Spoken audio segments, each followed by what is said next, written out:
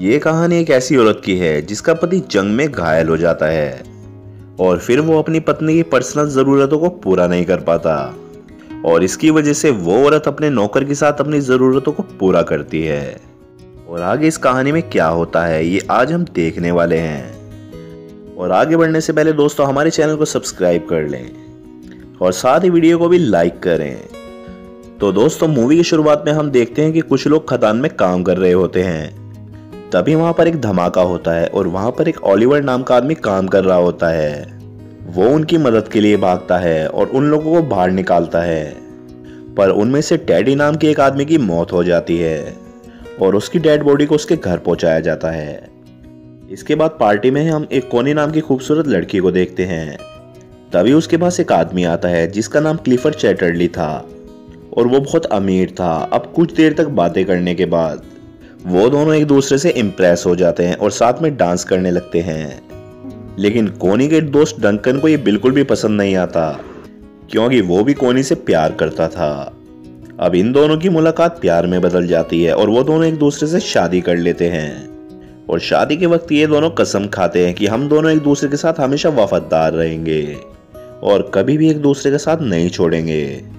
अब उन दोनों की मैरिड लाइफ काफी अच्छी चल रही थी। तभी क्लिफर्ड को सेना में जाना पड़ता है क्योंकि वो एक सोल्जर था। वहीं जंग के दौरान क्लिफर्ड घायल हो जाता है और उसे घर वापस भेज दिया जाता है। आज क्लिफर्ड घर आ रहा था और सभी बहुत ज्यादा खुश थे और उसका वेलकम करने के लिए घर के बाहर खड़े थे। क्लिफर्ड को देखकर कोनी बहुत ज्यादा खुश होती है और तभी हम देखते हैं कि जंग में घायल होने के बाद क्लिफर्ड के पेट के नीचे का हिस्सा पूरी तरह से पैरालाइज हो जाता है। अब क्लिफर्ड अपनी हालत से लाचार था और वो सबको थैंक यू बोलकर अंदर आ जाता है। वहीं कोनी क्लिफर्ड को देखकर बहुत खुश हो रही थी, लेकिन वो भी अंदर ही अंदर बहुत ज्यादा दुखी थी। उनकी खुशियों भरी जिंदगी में अचानक एक ऐसा मोड़ भी आएगा ये किसी ने सोचा नहीं था। और इसी बात से दुखी होकर क्लिफर्ड अपने आप को मारने की कोशिश भी करने लगता है। तभी कोनी उसे रोक लेती है और वो उसे विश्वास दिलाती है कि वो हमेशा उसके साथ रहेगी। और वहीं हम दूसरी तरफ ओलिवर को देखते हैं जो अपनी मंगेतर को लेटर लिख रहा होता है। इस बार ओलिवर किसी खदान में काम नहीं कर रहा था, बल्कि इस बार वो जंग में था। कुछ दिनों बाद जब ओलिवर अपने घर आता है तो वो अपनी मंगेतर को किसी दूसरे इंसान के साथ देख लेता है और वो उससे बिना मिले ही वहां से चला जाता है। कुछ दिनों बाद ओलिवर काम मांगने के लिए क्लिफर्ड के पास जाता है। फिर जब क्लिफर्ड उससे बात कर रहा होता है तब उसे पता चलता है ओलिवर उसी के अंडर जंग में काम कर रहा था। क्लिफर्ड इससे बहुत ज्यादा इम्प्रेस होता है और वो उसे अपने यहाँ पक्षियों का ध्यान रखने के लिए कहता है और यही उसका काम होता है। अपाहिज होने की वजह से क्लिफर्ड अपने लिए एक गाड़ी खरीदता है और जब वो उसमें घूमता है तो उसे ऐसा लगता है कि मानो उसके पैर वापस आ गए हों। और फिर एक दिन वो कोनी के साथ ओलिवर के यहाँ जाता है। ओलिवर जंगल में बने एक कॉटेज में रहता था और वो पक्षियों की देखभाल करता था। वहां पहली बार कोनी ओलिवर को देखती है। वहां से वापस आते वक्त कोनी ओलिवर को इशारा देती है, पर ओलिवर उसे समझ नहीं पाता। अगले दिन एक मेड कोनी के पास आती है और उसे बोलती है कि ओलिवर अपने रूम की चाबी मांग रहा है। इस बार कोनी खुद उसे चाबी देने के लिए उसके पास जाती है। फिर जब वो ओलिवर के पास पहुंचती है तो ओलिवर उससे ठीक से बात नहीं करता और वो उसे बोलता है कि आपको ये तकलीफ उठाने की बिल्कुल भी जरूरत नहीं थी। कोनी को भी ओलिवर के इस बिहेवियर पर काफी गुस्सा आ जाता है और फिर वो गुस्से में वहां से चली जाती है। अगले दिन ओलिवर कोनी को एक लेटर लिखता है जिससे वो अपने बर्ताव के लिए उससे माफी मांगता है।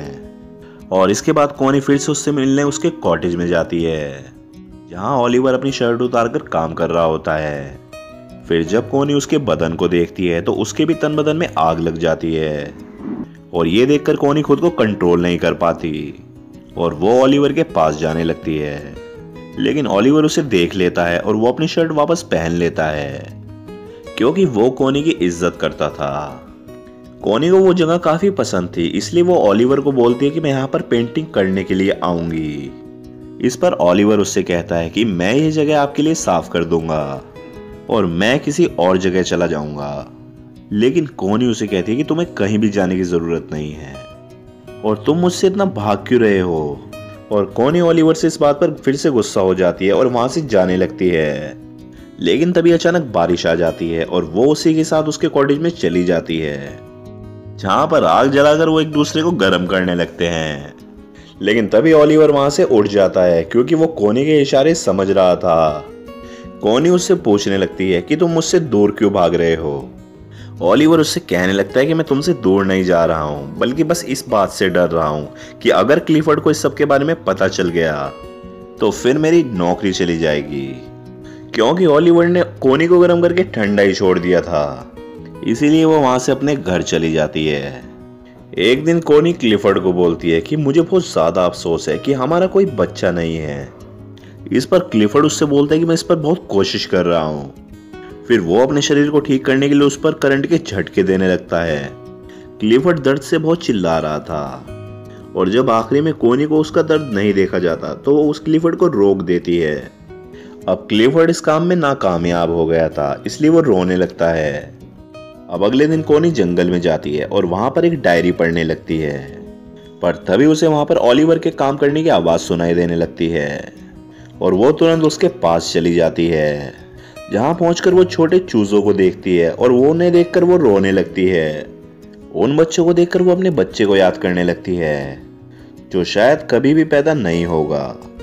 अब कोनी को रोता हुआ देखकर ओलिवर उसके पास आता है और उसे गले लगा लेता है। अब ओलिवर भी कोनी को पसंद करने लगा था, इसीलिए वो उसे अपने साथ अपने कॉटेज में ले जाता है, फाइनली जहां पर वो दोनों घपाघप करते हैं।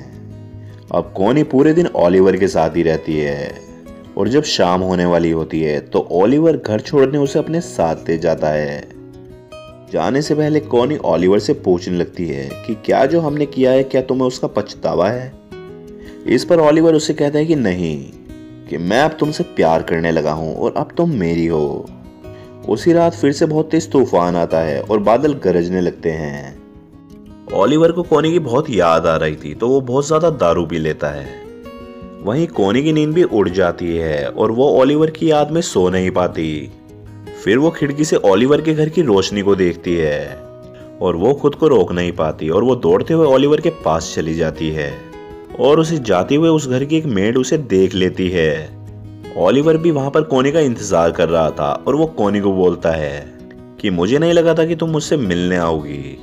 इस पर कोनी उससे बोलती है कि मैं तुम्हें कभी भी अकेला नहीं छोड़ूंगी और फिर से वो दोनों वहां पर घपाघप करने लगते हैं। एक दिन क्लिफर्ड के घर पर पार्टी होती है जहां पर डंकन भी आया होता है और फिर क्लिफर्ड देखता है कि कोनी और डंकन दोनों साथ में डांस कर रहे हैं और उसे ये देखकर बिल्कुल भी अच्छा नहीं लगता। और अगले दिन क्लिफर्ड कोनी से बोलता है कि तुम्हें अपने पति से ज्यादा बच्चा पैदा करने में इंटरेस्ट है, क्योंकि कोनी हमेशा से एक बच्चा चाहती थी और इसीलिए क्लिफर्ड को लगता है कि कोनी डंकन के करीब जा रही है। और इस बात पर कोनी उससे बहुत गुस्सा हो जाती है, जिस पर क्लिफर्ड उससे कहता है कि उसे इस बात से कोई भी फर्क नहीं पड़ता, तुम किसी से भी बच्चा पैदा करो, बस वो बच्चा मेरा होना चाहिए। और इस बात से गुस्सा होकर कोनी ओलिवर के पास चली जाती है और उसके साथ पलंग तोड़ देती है। एक दिन कोनी को पता चलता है कि वो प्रेग्नेंट है। वो इस बारे में क्लिफर्ड को बताती है। क्लिफर्ड ये सुनकर बहुत खुश होता है और वो कोनी से उस आदमी का नाम पूछता है, पर कोनी उसे उस आदमी का नाम बिल्कुल नहीं बताती। एक दिन क्लिफर्ड ओलिवर से मिलने उसके पास जाता है और वो कोनी को भी अपने साथ चलने के लिए बोलता है। अब वो दोनों जा ही रहे होते हैं, तभी ओलिवर पीछे से आता है और वो कोनी को किस करने लगता है। दरअसल उसे उसकी आदत हो गई थी। अभी ये दोनों किस कर ही रहे होते हैं, तभी क्लिफर्ड कोनी को आवाज लगाता है। दरअसल क्लिफर्ड की गाड़ी कीचड़ में फंस गई थी। तभी वहां पर ओलिवर आता है और वो उसकी गाड़ी को धक्का लगाने लगता है। दरअसल ओलिवर जब खदान में काम करता था तो उसके लंग्स खराब हो गए थे और वो खांसने लगता है। अब फाइनली ओलिवर क्लिफर्ड की गाड़ी को वहां से निकाल देता है और वो खांसता हुआ वहां से चला जाता है। थोड़ी देर बाद कोनी ओलिवर के पास आती है तो ओलिवर उसे गुस्से से बताता है और वो उसे बताता है कि उसने 12 साल तक उनकी खदान में काम किया और अपने लंग्स खराब किए और उसे इसके बाद जंग के लिए फ्रांस भेज दिया गया। वो बोलता है कि मेरी लाइफ तुम लोगों के जैसी नहीं है, इसलिए तुम अपने पति के पास वापस चली जाओ। इसके बाद कोनी की मेड मिस बर्टन ओलिवर के पास आती है, जहां उसे कोनी की डायरी मिलती है और उस डायरी को देखने के बाद उसकी समझ में आ जाता है कि कोनी के पेट में जो बच्चा है वो ओलिवर का है। एक दिन क्लिफर्ड आने वाले बच्चे की खुशी में अपने घर पर एक पार्टी रखता है, पर तभी वहां पर मिस बोल्टन आती है और वो क्लिफर्ड को बता देती है कि कोनी के पेट में जो बच्चा है वो ओलिवर का है। फिर जब कोनी क्लिफर्ड से मिलती है तो क्लिफर्ड काफी नाराज हो जाता है। इसके बाद कोनी मिस बोल्टन के पास जाती है और उससे पूछने लगती है कि ये बात तुम्हें किसने बताई, पर इस पर भी मिस बोल्टन उसे कुछ नहीं बताती। अब कोनी को लगता है कि शायद ये बात मिस बोल्टन को ओलिवर ने बताई है, पर मिस बोल्टन उसे बोलती है कि उसने उसे कुछ नहीं बताया। अब इस पर कोनी रोने लगती है और वो बोलने लगती है कि मैं ओलिवर से बहुत ज्यादा प्यार करती हूँ। फिर मिस बोल्टन उसके पास आती हैं और उससे माफी मांगते हुए बोलती हैं कि जल्दी ओलिवर के पास जाओ वरना तुम्हारा पति उसे मार देगा। ये सुनकर कोनी भागते हुए उसके आउट हाउस में जाती है और वो देखती है कि वहां पर कोई भी नहीं था। ये देखकर कोनी रोने लगती है, लेकिन तभी वहां पर ओलिवर आ जाता है और उसे देखकर कोनी उसे गले लगा लेती है। इसके बाद हम देखते हैं कोनी क्लिफर्ड के घर पर आती है, जहां कोनी उससे डाइवोर्स मांगती है, पर क्लिफर्ड उसे मना कर देता है और ओलिवर को बुलाने के लिए बोलता है। पर जब ओलिवर वहां पर आता है तो वो दोनों आपस में बहस करने लगते हैं और अंत में कोनी और ओलिवर क्लिफर्ड के घर को छोड़कर चले जाते हैं। उनके जाते वक्त क्लिफर्ड वहां पर आता है और वो कोनी को तलाक देने के लिए मान जाता है। अब कोनी और ओलिवर क्लिफर्ड से बहुत दूर चले जाते हैं और हमेशा हमेशा के लिए साथ रहते हैं और यहीं पर इस मूवी का एंड हो जाता है।